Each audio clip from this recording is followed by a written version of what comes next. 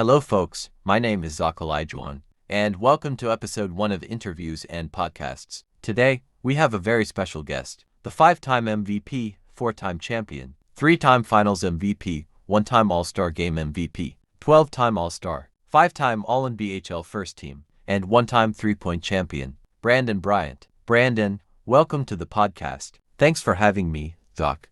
It's a pleasure to be here. How has retirement been treating you? Pretty good, actually. I've been able to focus on being a dad, spending a lot of time at my son Kobe's games and watching him play. That's great to hear. He's really good at the game. You must have taught him well. Thanks, Doc. He's got a lot of talent and passion for basketball. Speaking of Kobe, what do you think of this new generation of players? I think it's going to be great. There's heaps of talent around the league, and this new generation will definitely surpass the past. Any favorites you like to watch besides Kobe? Nick Brewer, Nazir Parker, Kellen Hayes-Jackson, and Kamari Smith are some of the standout players for me. Those are some good picks. Speaking of Kellen, I was shocked when he left the Mavs and joined the Bulls. Any thoughts on that? The Bulls will definitely be contenders for years to come. Maybe even a dynasty. We'll see how it plays out. I agree. Let's talk about your early life. What was your childhood like?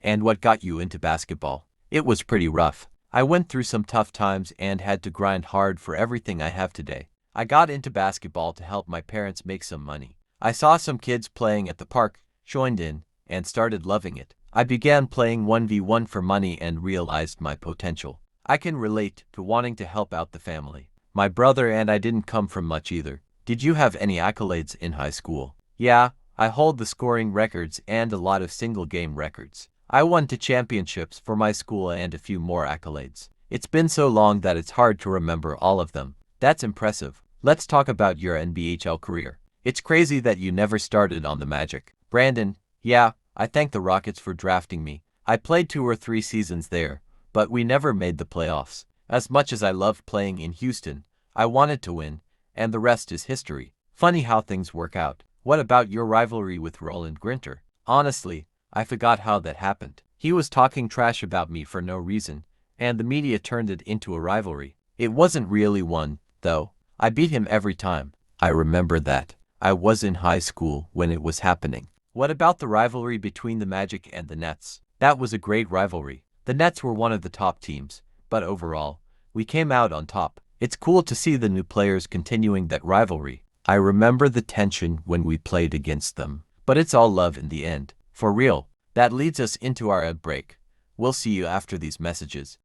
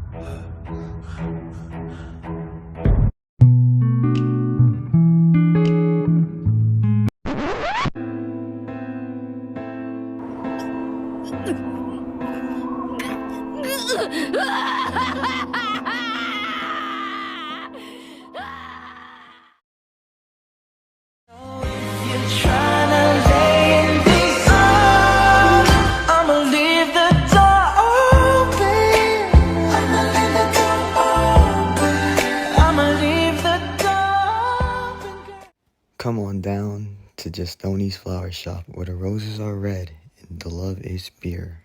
Welcome back to Interviews and Podcasts. Let's head into these next question. So Brandon, you played for the Magic for several years and then decided to leave the team. Why did you leave at that time?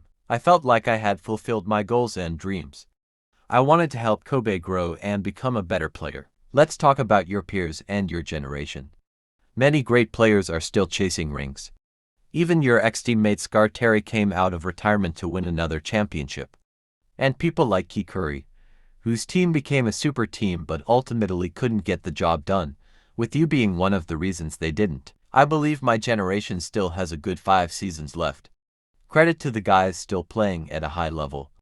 Scary Terry retired too early. I knew he would come back. The Warriors would be the best franchise in NBHL history if it weren't for the Magic. Besides the media's opinions on rivals, Did you personally have someone you thought of as a rival? Probably the Warriors. They were always so good and still are without many changes. It's sad they haven't won more, but their defense was always tough to play against. The Warriors are definitely a tough team. With that being said, let me ask my last question. With Nick Brewer being the breakout star since joining the league and basically becoming the face of it, people are starting to wonder if he will be the GOAT in the next few years. Some already say he's top 10. At the rate he's going, he might end up being top 5 by the end of the season. The kid has an amazing future, and I wish him all the best. Those are all the questions I have for you. Anything you would like to add? No, nothing more. It's been great being here. Thanks for having me. Go Magic, go Magic. Alright, that's the end of episode 1 of interviews and podcasts. Have a great day, folks, and I'll see you all in episode 2.